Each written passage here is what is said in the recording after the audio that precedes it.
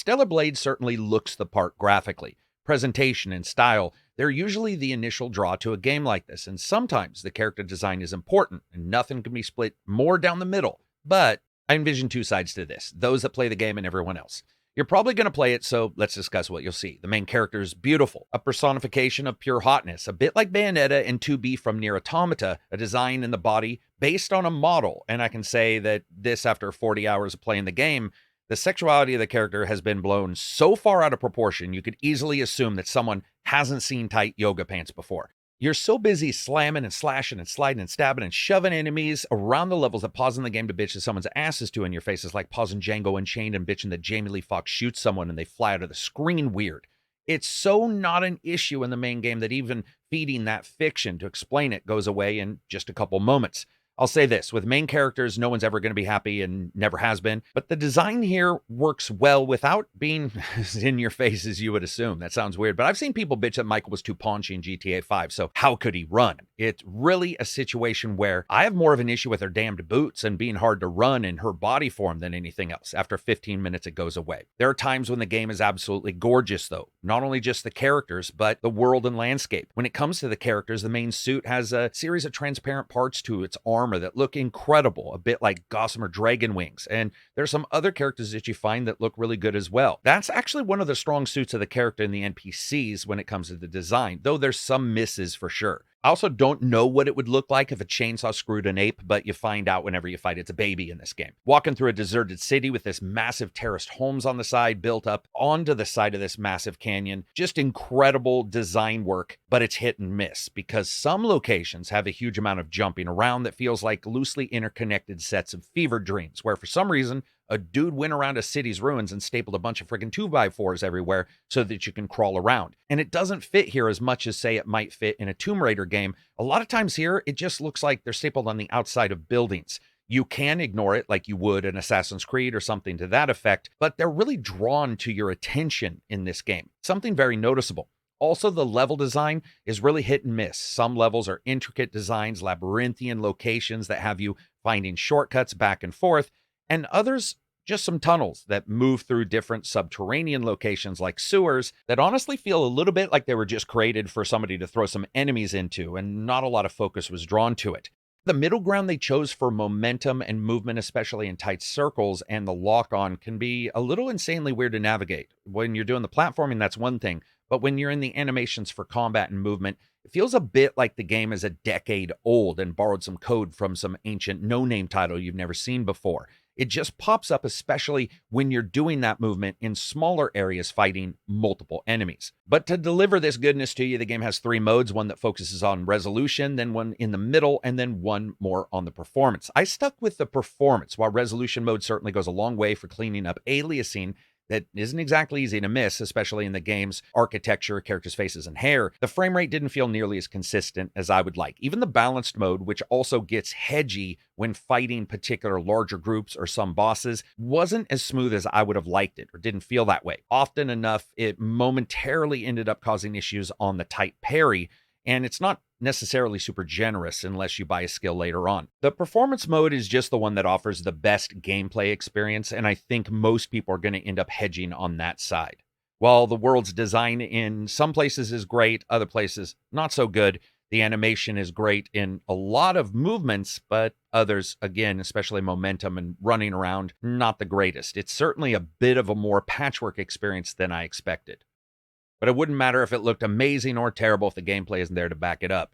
Stellar Blade starts with your character slamming into a planet during an invasion/war of some type, and then fighting through levels against progressively harder and harder enemies to try to figure out what's going on. You could assume this game is a little bit like Devil May Cry and a Dark Souls light. It has replications of both and then also tries to do its own thing in other places. When it comes to the exploration, it's pretty much status quo. Go from location to location, investigate a little bit, find a key card, and move on, with some areas more explorable as you get different items, such as key cards and codes, and then continuing from there into the combat. Initially, that combat is a mix of just heavy and light attacks and combos there, but then you get specials attached to building up your energy that you can use to pull off special moves, assassinations, and so forth. The game is chock full of skills, and while there are some duds like just making blocking or parrying easier, which can feel a little bit weird because as you play the game, you're probably getting better at those, I would have liked to have seen a bit of a trade-off where perhaps the parrying or blocking got harder in some way to time, and it did more damage. There are other skills somewhat related to that, but some of these skills, like I said, a little bit hedgy. Overall, there's so many combos and so many different skills you can get. A couple duds is fine to me.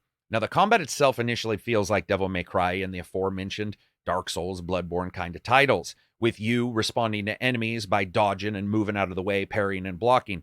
But it never quite reaches the fluidity of Devil May Cry until later when you unlock a great deal of the skills. And I enjoyed playing those moments when I got that new skill and was able to initiate combat with an enemy in a new way and see how those enemies reacted to those new attacks. And a lot of the enemies do have some very cool moves that can be quite dangerous regardless of what difficulty you end up picking. You can do normal and story mode when the game starts. There's some later stuff that I can't talk about due to the embargo, but you'll find those out once the game comes out. Another place you can improve the characters via these upgrade and implants on your spine, head, and on the suit itself as you find items in the game world. And then you can upgrade them, especially with the spine implants. It really can feel reminiscent of Nier Automata. You end up going to camps using a vending machine because why wouldn't you, to open that camp and start it and save there. Various kiosks for supplies and repairs are there, as well as a single shitty chair. Not even a comfy chair or a nice pad, but some hemorrhoid-causing hard as rock chair that looks like someone coated it with 1/6 inch foam and just set it out there as a therapy chair. And then when you get some of the later skills, you feel almost clairvoyant in the ability for you to attack and defend and move around. It's just that they don't always happen in a seamless way. But what is seamless is the soundtrack. It is incredible. Celestial, almost angelic voices across synths, haunting vocals everywhere, incredible beats. And in titles like this, many times action tracks have a tendency to overstay their welcome, in particular in games like this, where you end up facing a boss a couple times just to learn their pattern or their ability or figure out your own. That did not occur. As expected, the music is phenomenal. And that first real level opening up with this ethereal vocal over piano and a slight techno beat that reminded me at times of the Remember Me soundtrack and sometimes Nier Automata. Excellent soundtrack.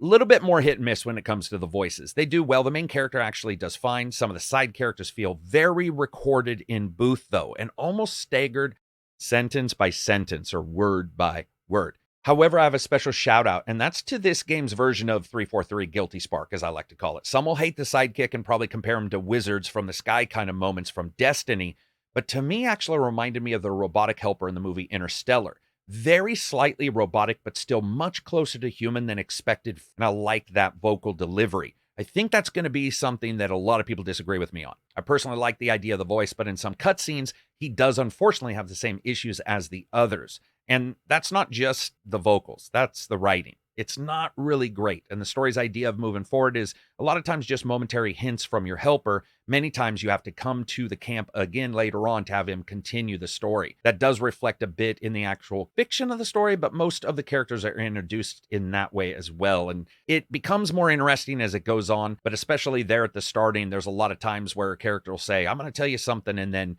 nothing happens, and you have to come back and hear the rest at a later time. The character screams during a lot of the power attacks, and for some goddamn reason, it's the exact same scream every time. So you hear it over and over throughout the entire game.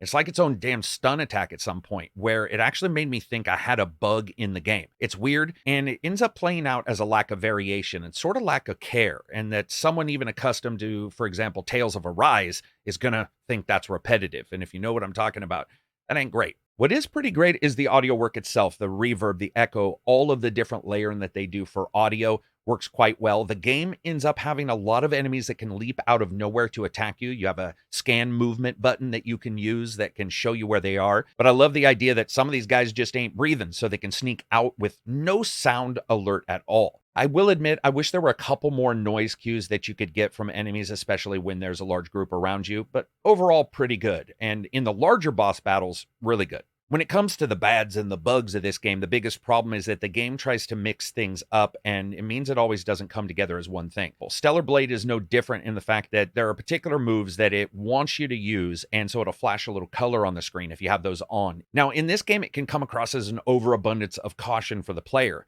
Then you realize that it's probably there for a reason, because despite the animation showing them facing the other way, a lot of times they can grab you even if you are almost directly behind them. Luckily, it's not all the enemies, but it reminded me of the occasional twist in the air, middle of the attack kind of monster in Sekiro that would do that and end up drop kicking you and twist in place to hit you, even though that goes against all laws of physics. Hell, almost everything in this game does. So, such is life. Let's talk a little bit about the fun factor. The gameplay is pretty solid. The combo system may not have the higher skill ceiling of a Devil May Cry, but it does have enjoyable skills and a ton of them. I wasn't a huge fan of the platforming at all, but luckily, while bad, it's not here enough to bring the entire package down. There's a smartness to the game and the way it's played. I do wish the story and the voice work were better, though, but almost as if they knew, the game rarely gets in your way to enjoying it. It's not overly long, nor complicated. It's a game that feels like it's a bit from an older time, before every title needed 50 hours to complete and thousands of checks and balances to make sure a player was consistently collecting things, or, at worst, engaged. For me, it's worth getting, and that's the rating. But be aware, it does have its issues. If you like this video, give it a thumbs up, give it a thumbs down. If you don't, subscribe. It always helps. Check out the Patreon. Peace out.